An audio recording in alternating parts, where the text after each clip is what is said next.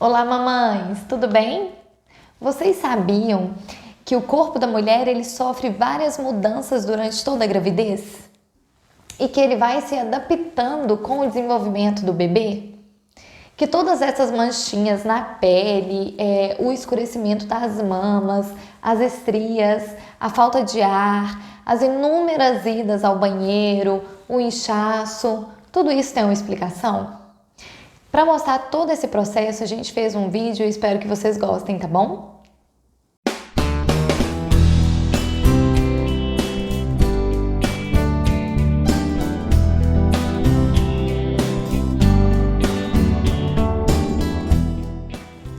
As adaptações anatômicas e bioquímicas de todos os aparelhos e sistemas na gestação decorrem em quase sua totalidade da reação orgânica à presença do neném, da sobrecarga hormonal e também da ação desencadeada pelo crescimento uterino.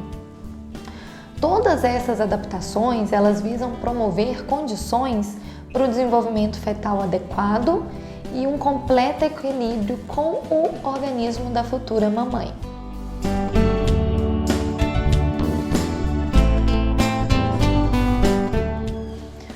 O peso adicional da gravidez desestabiliza o equilíbrio materno ao colocar o seu centro de gravidade para frente. Então, para corrigir o seu eixo corporal, a gestante ela assume uma atitude involuntária de lordose lombar.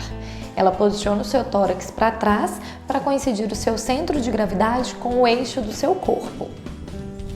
A grávida ela amplia a sua base de sustentação. O que seria isso? Ela afasta discretamente um pé do outro, desenvolvendo então um andar oscilante, com passos curtos, lento, aumentando o ângulo entre os pés, com a sua linha média, denominado de marcha anserina.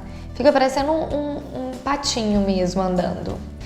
E as articulações, elas apresentam uma maior mobilidade durante toda a gestação, principalmente as articulações da pelve, da bacia.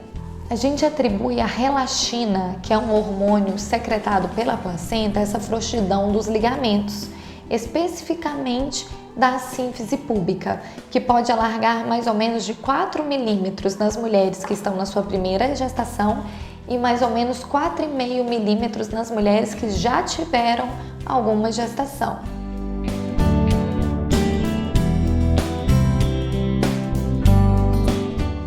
As estrias gravídicas, também chamadas de víbices, elas traduzem o estiramento das fibras colágenas, ou seja, o seu aparecimento está condicionado a uma diminuição da hidratação e o estiramento da pele. Durante a gestação, costumam ser mais avermelhadas e no pós-parto, geralmente elas ficam mais branquicentas. A gestante também apresenta o eritema palmar. O que seria isso? A palma da mão da gestante ela fica um pouco mais vermelha, mais bem difuso.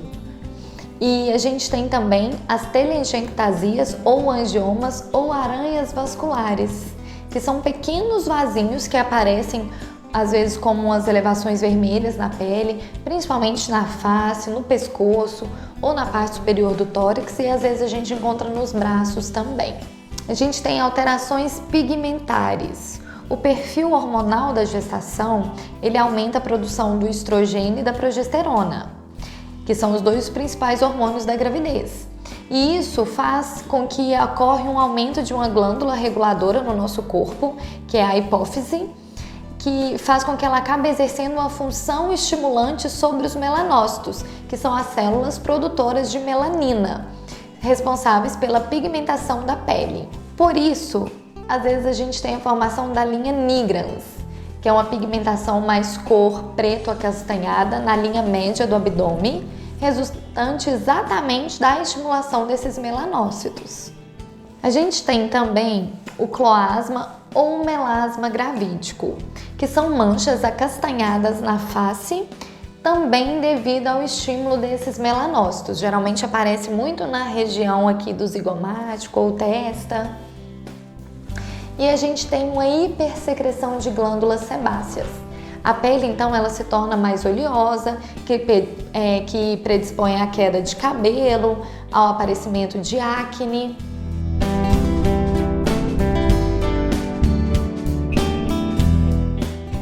No primeiro trimestre, é muito frequente o aparecimento de náuseas e vômitos, principalmente na parte da manhã. E a base fisiológica parece estar associada aos níveis crescentes do hormônio da gravidez, que é o HCG, e dos estrogênios. Observamos também alterações do paladar, desejos, alterações de hábitos alimentares, alimento que não era comum, fica com muita vontade, é bem comum nessa época. E pode acontecer também um processo de gengivite, que é devido ao acúmulo de bactérias na região da gengiva, que pode causar sangramento. E a gente tem outra coisa também, que é o pitialismo, que seria uma salivação excessiva, que é muito comum na gestação. O útero, durante o seu crescimento, ele desloca o estômago e o intestino, fazendo com que o esvaziamento gástrico e o transintestinal eles ficam mais lentos, o que pode ocasionar uma constipação intestinal e às vezes o aumento da incidência de hemorroidas. A queimação ela acontece devido à diminuição do tônus e relaxamento do esôfago, com o deslocamento do estômago e o aumento dessa pressão abdominal. A gestação ela é considerada um estado diabetogênico, que vai testar o adequado funcionamento do pâncreas. Então, inicialmente na gestação, o metabolismo da glicose ele parece ser alterado pelo aumento dos hormônios da gravidez, que seriam o estrogênio e a progesterona. Na segunda metade da gestação, ocorre o crescimento de hormônios que poupam a glicose. E é nessa fase que aparecem aquelas pacientes que podem desenvolver o diabetes gestacional, por não conseguir fazer esse metabolismo de uma forma adequada. Então é aqui, nessa idade gestacional, que é feito aquele exame ruim de tomar aguinha doce, para ver como que está o metabolismo da futura mamãe dessa glicose, que é o chamado teste oral de tolerância à glicose. A gente já sabe tudo que o diabetes pode causar durante a gravidez, mas se vocês têm dúvidas sobre esse assunto, a gente já tem um vídeo aqui no canal mesmo só sobre diabetes gestacional, depois vocês seguem lá. E sem falar também que a concentração de sódio ela está ligeiramente diminuída na gestação e faz com que a grávida comece a reter esse componente e altera o limiar de sede na gravidez, ao ponto que a grávida ela sente vontade de ingerir líquido com a maior frequência. Mas isso sim, gente, na grande maioria, não são todas as pacientes que apresentam essa sede, essa vontade. E por tudo isso e mais alguns outros fatores ligados à função renal, que eu não vou ficar falando aqui porque senão fica muito específico e muito chato, a gestante acaba apresentando o edema, que é também chamado de inchaço, principalmente nas regiões periféricas de mãos e pés. A gente tem outros componentes que sofrem modificações durante a gravidez, que são avaliados e dosados durante todo o pré-natal. Por isso é fundamental as consultas e o acompanhamento. Por exemplo, a gente tem o cálcio e o magnésio, que eles vão diminuir os seus níveis durante a gestação e são importantíssimos no processo de contração uterina. A gente tem o ferro, que as necessidades do ferro estão aumentadas durante toda a gravidez, então recomenda-se que toda gestante receba de 30 a 60 miligramas por dia de ferro elementar para melhorar essa demanda. E a gente tem o iodo, que também ocorre uma diminuição nesse período desse componente e é fundamental que a gestante comece a suplementar ele de forma dietética ou medicamentosa para garantir um funcionamento adequado da tireoide. As vitaminas prescritas no pré-natal, elas são exatamente para promover o aporte adequado desses nutrientes, então por isso que é fundamental o uso e tá sempre lembrando de tomá-las. A gordura total ela aumenta de modo que o colesterol total ele pode elevar-se em até 50% e os triglicerídeos podem triplicar. E o armazenamento de gordura ele ocorre principalmente na metade da gestação e ele vai diminuindo até o final com o objetivo de atender às demandas do feto. O ganho de peso, em sua maior parte, ele se deve ao volume uterino, depois ao aumento das mamas e também pelo volume sanguíneo que também aumenta, para atender essas demandas e as necessidades do feto. Também ocorre um aumento do nível de necessidade de proteínas. Para manter um balanço positivo, a grávida requer um consumo de mais ou menos 25% de proteínas. Como eu disse, ocorre um aumento no volume sanguíneo, ou seja, há um aumento aproximado de 20 a 30% no número de hemácias, o que reflete um aumento da demanda de oxigênio da gestante. Por isso, então, as famosas faltas de ar. E temos também a queda de outro componente sanguíneo, que é o chamado hematócrito. E por isso temos uma anemia fisiológica na gravidez. Então, os parâmetros para a gente avaliar a anemia na mãe é um pouco diferente de uma mulher que não esteja grávida.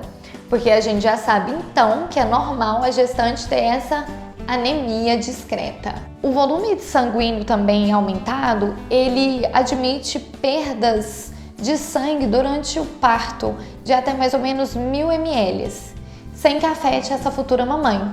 É maravilhoso, né? O nosso corpo, ele pensa em tudo, se modifica, se adapta desde o início da gestação até o pós-parto. Outra coisa interessante que acontece é um aumento de outro componente sanguíneo chamado leucócitos. Isso é mais encontrado principalmente no segundo e terceiro trimestre, e depois das 38 semanas de gravidez, ele vai diminuindo. Isso faz com que aumente a susceptibilidade a processos infecciosos, como a pielonefrite, que é a infecção nos rins, e até mesmo a pneumonia. Por isso, nesse momento que estamos vivendo de pandemia, é super importante ficar atenta a todas as medidas de prevenção por essa supressão imunológica que é comum da gestante. Mas essa supressão, será que ela serve para alguma coisa? Claro que serve, gente. Olha como o nosso corpo é inteligente. Essa supressão faz com que evite a rejeição do corpo da mãe ao neném. Então, porque até então o neném ele é considerado um corpinho estranho no corpo da mãe. Então essa supressão é exatamente para isso. Tudo faz sentido, né? E voltando um pouquinho no crescimento uterino, o útero em crescimento ele comprime as veias pélvicas e uma veia super importante que é a veia cava inferior, que dificulta o retorno venoso e aumenta a pressão venosa dos membros inferiores da mãe. Isso também facilita o surgimento do edema, os inchaços, principalmente nos membros inferiores, de varizes inclusive na vagina e de hemorroidas. E a compressão dessa veia cava inferior pelo útero, principalmente quando a grávida permanece um grande período, a gente fala mais ou menos de 4 a 5 minutos deitada de costa, pode acontecer uma bradicardia, uma hipotensão e uma lipotímia, que é um pequeno desmaio. Mas isso é facilmente corrigido quando a gente vira a gestante de ladinho, principalmente do lado esquerdo. Voltando um pouquinho à respiração, o tórax da gestante ele aumenta em cerca de 2 centímetros no seu diâmetro transverso e a gente tem uma elevação do diafragma, que é o músculo da respiração, em aproximadamente 4 centímetros pelo volume uterino. Isso faz com que a respiração ela fique um pouco mais curtinha, né? E explica novamente o cansaço e a falta de ar. Nas vias aéreas superiores, toda essa parte de cima, acontece o que a gente chama de uma vasodilatação, o inchaço das mucosas e um aumento das secreções. Ocorre também um aumento do peso do rim em aproximadamente 30% e um pequeno aumento no seu tamanho de mais ou menos 1 centímetro. Os ureteres, que são tubos que ligam dos rins à bexiga, eles sofrem compressão e obstrução por esse crescimento uterino, que é mais frequente à direita, porque o útero ele acaba rodando mais para a direita. E isso acaba diminuindo a capacidade da bexiga em acumular xixi e por isso as inúmeras idas ao banheiro.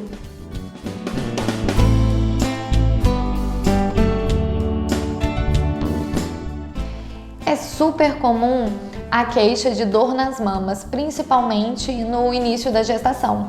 É um dos primeiros sinais clínicos. Em torno mais ou menos de 5 semanas de gestação, inicia-se um processo de congestão das mamas. Então elas se tornam mais doloridas, mais túrgidas e aumenta de volume. E aparece o que a gente chama de tubérculos de Montgomery. Mais ou menos na 8ª semana, as auréolas elas se tornam-se mais pigmentadas e surgem projeções, principalmente de glândulas sebáceas hipertrofiadas, denominadas então de tubérculos de Montgomery. A gente vai mostrar uma fotinha aqui para vocês. E a gente tem também a rede de Harley, que começa por volta de 16 semanas, que são o surgimento de delicadas veinhas bem abaixo da pele. Outro sinal que a gente tem é o sinal de Hunter. Geralmente na 20ª semana há um aumento da pigmentação dos mamilos e ele torna os seus limites mais imprecisos, então fica parecendo que a mama ela é um pouco mais borradinha, sabe? E também é super comum aqui o aparecimento das estrias, provocada pelo crescimento exagerado das mamas, que resulta nessa hiperdistensão da pele e estiramento das fibras colágenas. Por isso que é fundamental a hidratação.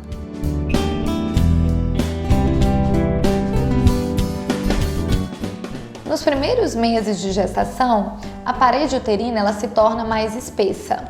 No entanto, com a evolução da gravidez, a mesma ela sofre um afinamento progressivo. Então, o crescimento uterino ele não é simétrico e o útero permanece na região pélvica até mais ou menos a 12ª semana.